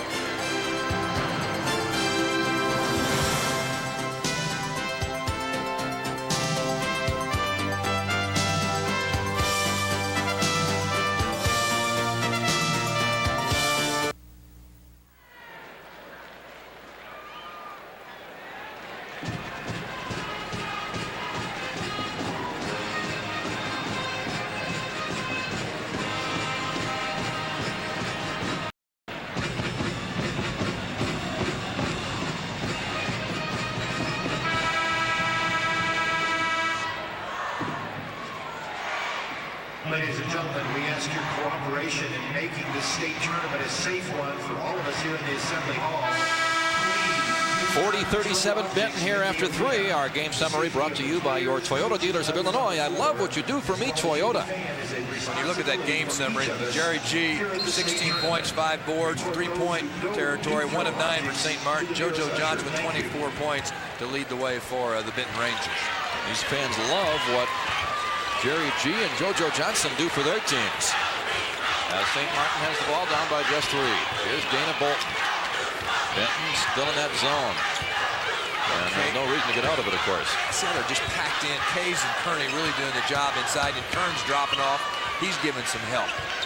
Boy, Benton really surrendering the three-point shot from almost any location along that arc. Oh, there's 12 and 15-foot jumpers out there if they want it. But not for Jerry G. As Jackson backpedals and starts the offense over again. Now into G. 13-footer here. Oh, and he had a tough rim off that time on the rebound for Kays. That shot down, and it popped out, and it's still a 3-point lead for the Rangers. Brian Kern coming to the right side. Both teams scored 10 points in that third period. And Randy Jackson really working now, and JoJo Johnson doing a good job of denying the basketball to JoJo. Here's Kern. Boy, he can dribble that basketball. He forces up a tough shot. That's an air ball, but make it a good pass. However, the layup blown by Bryce Kearney, and back comes St. Martin. Here's Jackson. Pull-up pass. And Jerry G gets it inside. He shoots it good. That time they got it to G off the fast break for a decent shot left of the lane, and it's a one-point game. G does such a good job running the floor, and that was really like a secondary break. As soon as G came into the flow on the offensive end. JoJo at the other end misses the 3. He still has 6 for the game. He had those 6 early in the second period. He hasn't scored from 3 for a long time as the ball knocked out by Benton, and now an opportunity for St. Martin to take the lead. It's amazing, Greg, to look at how St. Martin has struggled with the perimeter shot and how G has been negated here, and still St. Martin right there. Well, St. Martin just keeps hanging around. Benton had a 9-point lead, had an 8-point lead here in the second half, and St. Martin just keeps hanging around, and they're getting it done by being patient on the offensive end, and really just looking to get the ball to Jerry G. And G 7 of 10 from the floor. G leads him with 18 points. At the wing, Bolton. G on the other side of the lane, and no pass available there. Well, the work inside. I mean, the work inside, really pushing and shoving on the inside. Kays and also Harmon inside, just really pushing and shoving on Jerry G. One of them called for a foul right here, Greg. It's Kays who picks it up. And that team foul number 4, so it will be inbounded here by St. Martin on Kays, foul number 3. 1-point lead, Benton. Here it goes, out of bounds, supposed to go to Kenneth Smith, but JoJo Johnson at the last moment flashed into the passing lane and forced the errant throw. Mike Mandarino a little disturbed by that play, but his team is right in it. You know, kind of look for JoJo Johnson here to kind of get into the flow offensively, and I think they really need to go to him, let JoJo go to work one-on-one, and if he doesn't get a hoop, he's going to get fouled. There's a 3 by the man that you were just talking about, but boy, he can't get him to fall now, and Jerry G has it back for the Silver Eagles, who again go for the lead. They're down only 1. Here's the 3-pointer, and Williams missed it. And the rebound for Benton, and now a whistle. And a foul, and I think it's Jerry G that time who fouled Matt Harmon. A good box out that time by Matt Harmon. The shot goes up from the outside, and the shot right there goes up by Williams, and it's a battle on the inside. And, you know, good work that time by Harmon on the inside. And Jerry G picked up the personal foul. Second against him. And Benton puts it in against full court pressure. We have not seen a lot of pressure from St. Martin. As the ball here is punched out of bounds by Jackson. 5:22 left. Benton at 1 point up by 9. That was back in the second period. They led by 3 at the half, by 3 after 3, and now their lead has shrunk to 1. And a foul away from the ball against Bolton, who was too aggressive in his effort to deny the pass to JoJo Johnson. JoJo drawing all the attention on the offensive end. JoJo's gone cold from three-point land. He's missed his last 7 three-point field goal attempts. 16th foul. And Benton to inbound it again. Here's JoJo, and again the St. Martin player too aggressive in trying to deny that pass to Johnson. This time it's Jackson, Randy Jackson of St. Martin. That's the 7th team foul, and so free throws are coming for Benton. Well, the pressure right there. You see Jackson going up for the steal, and when he goes up for the steal, he just rakes JoJo Johnson along the arm and walk back the other way. 3rd personal foul on Randy Jackson. It's going to send JoJo Johnson to the line to shoot free throws. He will try and add to his team's 1-point advantage. Jerry Hayes, who picked up his 4th foul early here in the second half, is now back in, as you see.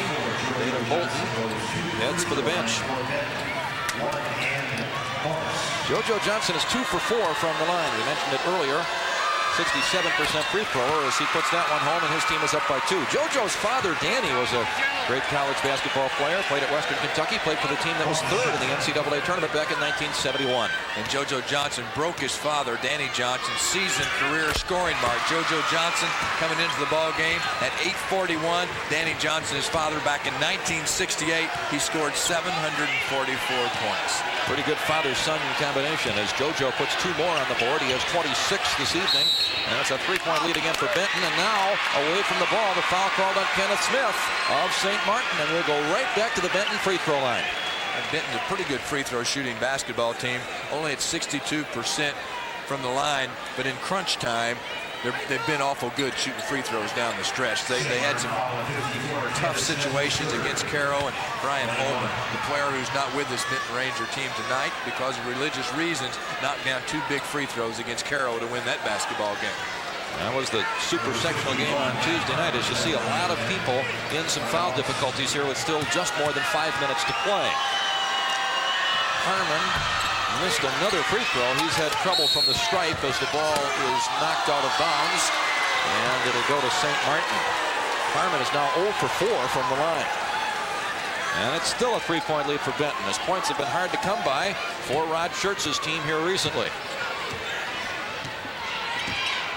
Randy Jackson for the Silver Eagles, who led early by 3, but that was very early. They've been behind almost all night. Randy Jackson. And now Hayes puts it on the other side to Chuck Williams. I'd kind of like to see G pop out, maybe face the basket. Great steal by Kern, back the other way. And he is fouled by Jackson. So Benton right back to the free throw line. They're making a living there. St. Martin getting in deeper foul trouble. Nice strip by Brian Kern, the outstanding point guard of the Benton Rangers. Back the other way, quick with the basketball. There you see it. Randy Jackson with a personal foul. His fourth foul. He and Hayes each with 4. Blakemore and Smith with 3 apiece. Brian Kern on the line. And the lead is up to 4. Kern's had a nice ball game. Still a lot of time left, though. 4:48 for Kern with 12 points, looking for number 13. And as you see, he has it. And the lead is up to 5. Well, St. Martin closed to within 1, but Benton has scored the last 4 points, all of them from the free throw line. And it's a 5-point lead with 4:48 left. One of your network sponsors is the Toyota Dealers of Illinois.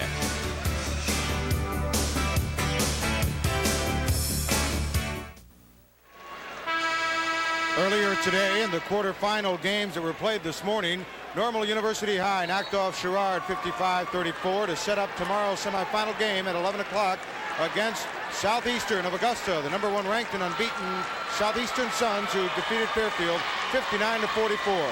Who's going to come out of this one? Well, we've got 4:48 to find out. Let's send it back in the meantime to Dick and Greg. There's Rod Schertz, who is in his 2nd year at Benton. He previously coached at St. Elmo, a small school in southern Illinois, and 1 year at that school was 0-23. He paid his dues, Greg. You're the only one that remembers that. He forgot about that a long time ago. He didn't want me to mention it, but I thought I'd slip it in there. Rod's a great coach, and he's done a lot for this Benton team. We have another foul inside, and again, it's an offensive foul, this time against G. And he's pretty baffled by the call, as you can see. That's his 3rd. G a little frustrated on the inside there. And, you know, I think the good inside work of Harmon and also Kays has finally gotten to G. You know, the strategy's been the drop off of G and by that I mean let the guards drop off and collapse on the inside. And Benton's really done a good job. They formed a triangle around G. JoJo Johnson now has made 3 free throws in a row. The last 5 Benton points have come from the line, and they're up by 6. Johnson 8 for 21 from the field. He's now 5 for 7 from the line. Make it 6 for 8. And the Rangers are pulling away here, but still a long ways to go. 7-point lead, 4.5 minutes left. And Jackson looks at that zone. Jerry G comes out to get the ball above the 3-point line. Pretty tough to get it to him down in that paint. Well, there's a 3-pointer by Williams, and he finally got one. First 3 for Chuck Williams, second 3 of the game for St. Martin. The lead suddenly down to 4 as Brian Kern tries to answer and does. 17 for the senior guard, and the lead right back up to 7 points. And that's a big basket right there by Kern. That's a way to answer a 3, come right back and knock down a 3 of your own. And Kern's had an awful nice ball game. Kern now 5 of 13 from the floor, 2 of 5 from 3-point land. St. Martin down by 7, less than 4 minutes to play. Williams hit a 3 a moment ago. Not this time, as the try by Hayes is good. And suddenly St. Martin starts to come alive from the perimeter. First basket for Hayes in the game. And it's a 4-point contest once again. Here's Kern. St. Martin man-to-man all the way. Kern easily around his man. The layup rolls not good, but it's JoJo to finish the play. Johnson with an even 30 points, and it's 51-45 Benton. And now a timeout for Mike Mandarino in his 4th year as head coach at St. Martin de Porres. This school has been in existence for 4 years. Joe talked about it, a consolidation of, well, the old Mendel Catholic High School and a couple of other schools in the south side area of Chicago. 51-45 Benton. The Rangers hang on as we look at Mike Mandarino as he plots strategy here for the final 3:09. 24 gets the ball. You got to pressure, keep it out of 24's hands. Pressure, good pressure without foul. Offensively, G, I'm special. Come under and then flash up. Do it. Okay? Now we swing the ball, go hard penetration. Get a man here, then you're screening for G again. G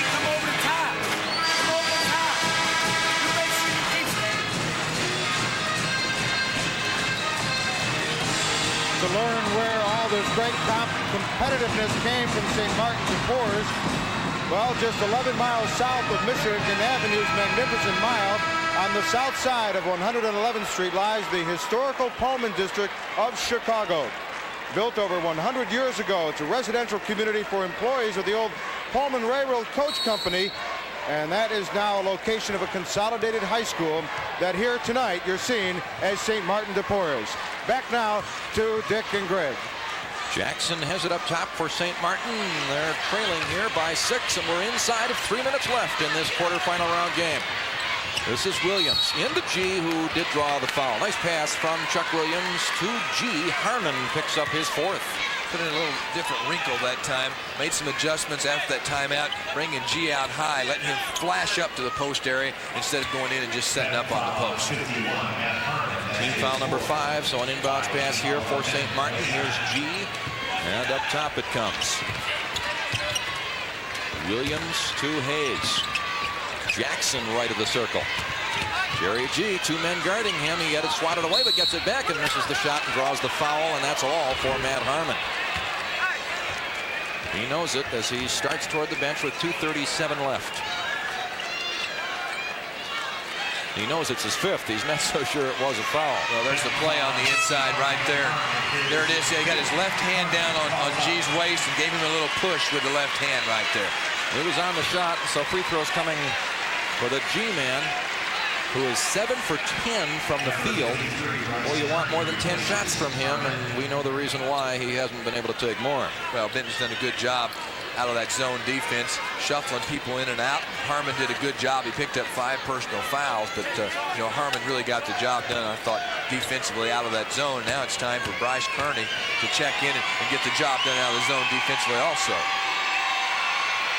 G has his 19th point of the evening. It's a 5-point lead for the Rangers. 2:37 left to play now. Next up, Elgin St. Edward and Findlay. The left-hander rolls it, not good. Big rebound for JoJo Johnson. He outleaps Kenneth Smith. And a 5-point lead plus possession for the Rangers. Kern with a pretty good catch there at half court. And the Rangers in no hurry now to find a shot.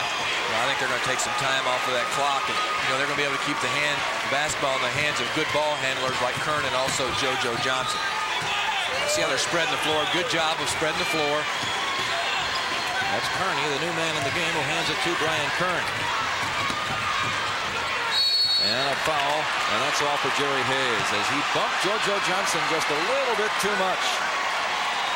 He draws the whistle, and Jerry Hayes has fouled out of the contest. With 2:04 to go.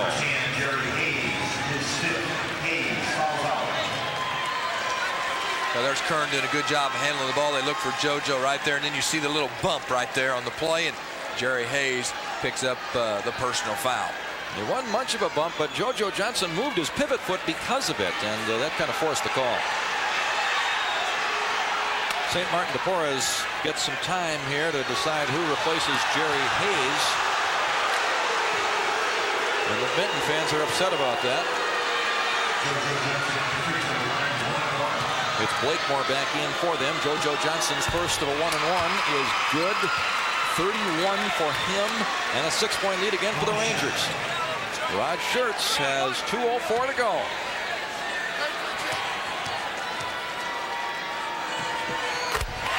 JoJo is red hot from the free throw line now. He has made 6 in a row from the stripe, and it's a 7-point Benton lead. Yeah, I missed the first 2. JoJo 8 of 10 from the line. Here's Jackson right at the circle. See, they don't have time to give here. They've moved G out to the outside. They've got to go ahead and put the shot up. The clock's a real factor. Well, Blakemore does just that, but it doesn't get to the rim. JoJo Johnson with a rebound. He's at a complete ball game. Brian Kern into the front court. It's looking good for Benton. Still 1:40 left to go. A 7-point Ranger lead. Brian Kern handles that ball well. Here's JoJo pinned. In a bit of a trap, but he got it to his buddy Brian Kern, who will get himself to the free throw line after foul number 2 against Chuck Williams. And now 1:29 left. The Benton Rangers were here in 1984 as a Class AA entrant. They lost in the first round that time. In 83, they were a Sweet 16 competitor at the AA level. In 82, they were here in Champaign as a Class A team, but lost there in the first round. Game violation called against Benton. Boy, that could come back to haunt you. It's been a while since Benton has advanced to the Final Four, as we told you earlier, since 1933. Despite all their great tradition, they've been here since then, but not to the Final Four, and they're a minute and 21 away from doing that. As the three here is another air ball. This time Jackson, who stumbled as he shot it. He wasn't pushed. He stumbled on his own, and now JoJo Johnson is fouled. He'll go back to the line. Dana Bolton picks up his second. Well, Benton definitely in control, and JoJo, when they get the ball in his hands, everybody just clears out and lets JoJo go to work.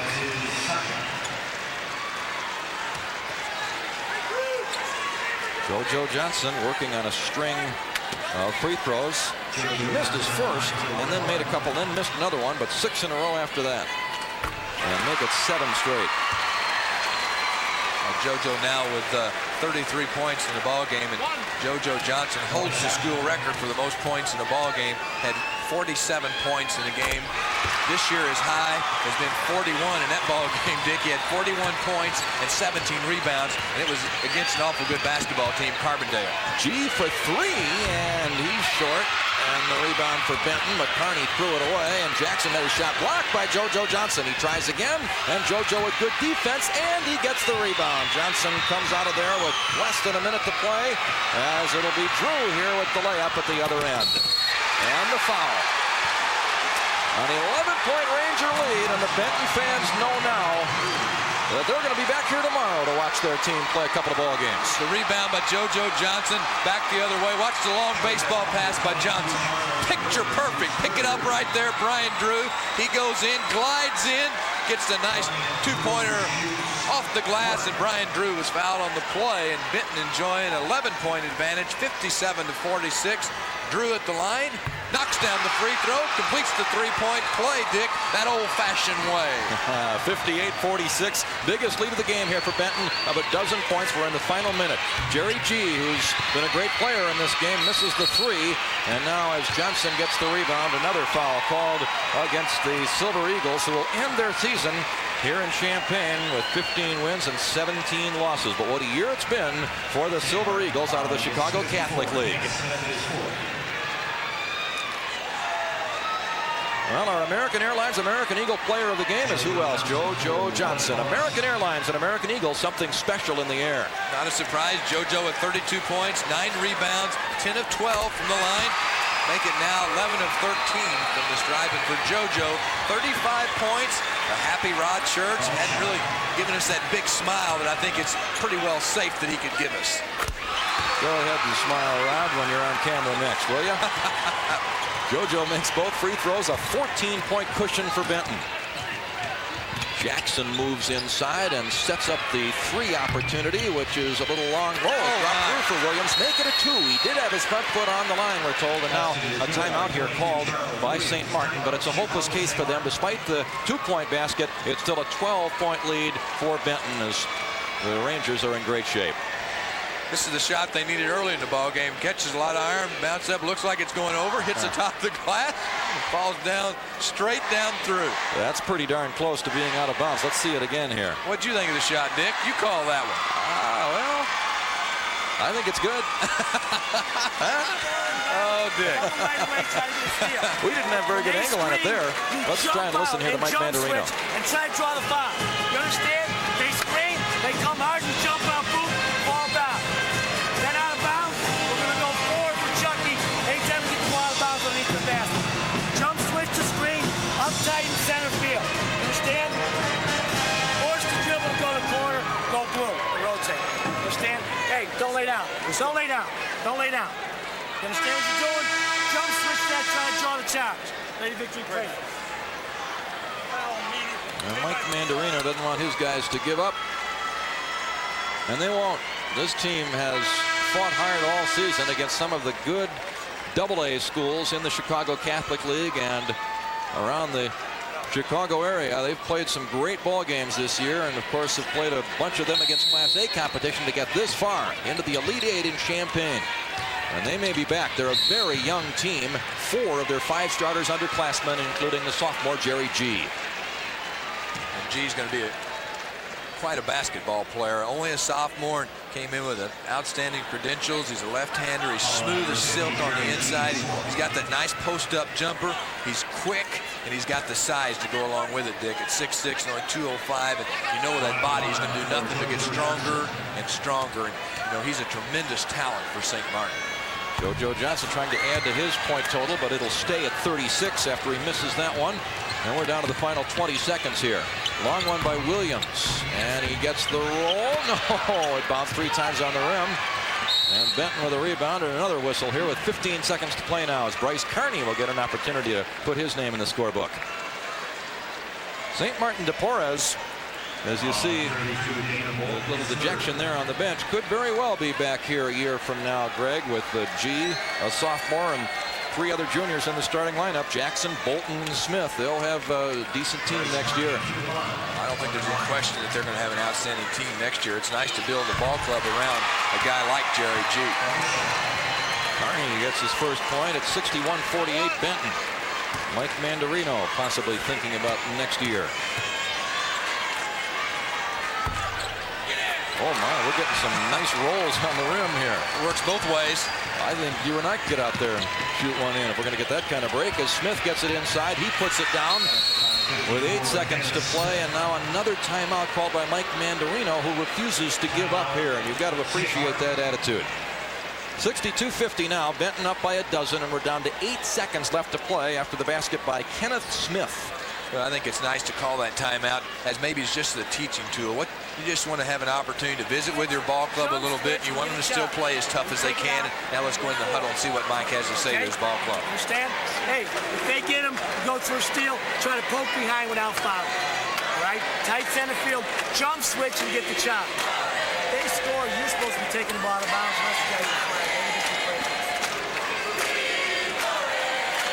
Mike Mandarino was an assistant coach for that Mendel Catholic team, which played here in 1982. They stopped the long Quincy win string in the AA tournament semifinal game. And it was Mike Hampton who put in the long bomb at the buzzer, which ended a 64-game winning streak for Quincy. Quite a moment for Mendel Catholic, and at that time assistant coach Mike Mandarino. Now he's back here as a head coach. Well, it looked like JoJo Johnson was going to be able to either tie or maybe pass that 3-point record when he got those 6 threes early. And that's right. The 3-point record at 7 a game is still intact. Well, Johnson goes inside the 3-point line here to lay it in. He could have pulled up and gone for the record there as he got that long pass, but he may not know he's that close to the mark. 64-50 as the shot at the buzzer by Jackson is no good. 38 points for JoJo Johnson, and Rod Schertz, who reached Mike Mandarino, will move on here in the Class A tournament. His guys get the opportunity to play either Findlay or Elgin St. Edward. They'll go at it next here, and of course we'll have all of the action for you on the IHSA television network. There's JoJo Johnson, and he's rather enthused about this. I'll tell you what, about another guy who's enthused is Brian Holman. I wonder if he knows the final score yet. Maybe we should tell him. Benton 64, St. Martin 50. It was a tremendous ball game out of JoJo Johnson. 6 of 13 from 3-point range. He gets 38 points. But Benton, you know, they go as JoJo goes. JoJo with 38 points, but there was some other outstanding play too. I really felt like that defensively, the adjustments that Rod Schertz, the coach of Benton, was able to make. You know, they started in that man-to-man defense, then they had to go to the zone to really bottle up G on the inside. And when you look at the numbers that G posted, G had a good ball game, but Dick, in the second half, they held him to 6 points in the second half. That was the difference defensively, the Benton zone against G. Well, let's go to the architect of that zone defense. Rod Schertz now is with our Joe Passion. All right, thanks very much, Dick. And Rod, give us a little bit of an idea of how you felt things worked out in the second half. Did really things started to roll your way and be able to push away from de Porres? Well, we got some shots down in the second half, Joe, and I thought we did an excellent job defensively on their inside man, Jerry G. And I think that was the key to the ball game. Our defensive effort and the boards, we limited them to one shot basically and came away with a nice victory. Well, we've already told our viewers JoJo Johnson finishes tonight with 38 points, but it really seemed like you played more of a defensive role there in the second half. Was that the role you wanted to play, JoJo? Yeah, those shots in the first half, our offense was sort of struggling. They got us up, but second half, Brian and Travis, they started doing a better job offense, and my offense really wasn't needed that much in the second half. In fact, our viewers are seeing your dad down there in the stands, and he's got to feel pretty good right now, but he's going to see a lot more of you and the rest of these guys. Where do you think the key, JoJo, is going to be to keep what you guys were able to put together here in this quarterfinal game together for the semis tomorrow? Oh, I think we beat probably the best team here. They're just big, and and they're good athletes. We watched the morning games. We haven't seen these other two teams today. But if we just play our game and do things right and just play hard, I say we should win it. Well, Coach, there's a player talking for you, right? He's not a loss for words, I tell you that. He's got a lot of confidence, and I think that's one of the things and one of the keys that's brought us along all season long. Our kids have never quit. We do have confidence in ourselves, and we'll get to play another game, so that's the main thing. Okay, congratulations, both of you. We'll see you tomorrow on the semis. All right, thank you. All right, Rod, thank you very much, JoJo, and let's send it back over here to center court to Dick and Greg. All right, thank you very much. 38 points for JoJo Johnson, the most since Tom Michael scored 45 for Carlisle here at the Class A tournament. What a game for JoJo Johnson and for the Benton Rangers, Greg. Well, I think JoJo summed it up. He's a very confident player. He's got that nice stroke from outside, and he's had a sensational senior year. JoJo Johnson, I'm speaking of, he gets 38 points. He leads the Benton Rangers, and Rod Church, they're very confident. This was a big, big victory for the Benton Rangers, Dick. They played against a very tough St. Martin ball club, but as well as JoJo played on the offensive end, I agree with Coach Rod Church. The key to the victory was when Benton was able to make the change when they went to the zone defense that really baffled St. Martin on the inside. Jerry G, a tremendous talent. He only gets 6 points in the second half. That was the difference in the ball game. Benton advances. Yeah, G just did not get enough opportunities to score more than those 6 points in the second half, and so Benton moves on. They win it 64-50 and go to the semifinals tomorrow evening to play either Elgin, St. Edward, or Findlay. Those teams taking the court right now. That's our next game here in Champaign. One of your network sponsors is Country Companies Insurance.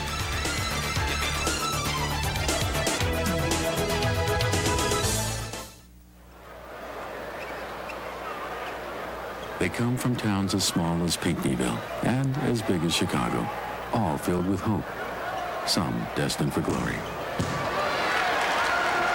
We got to get the ball back and score before they...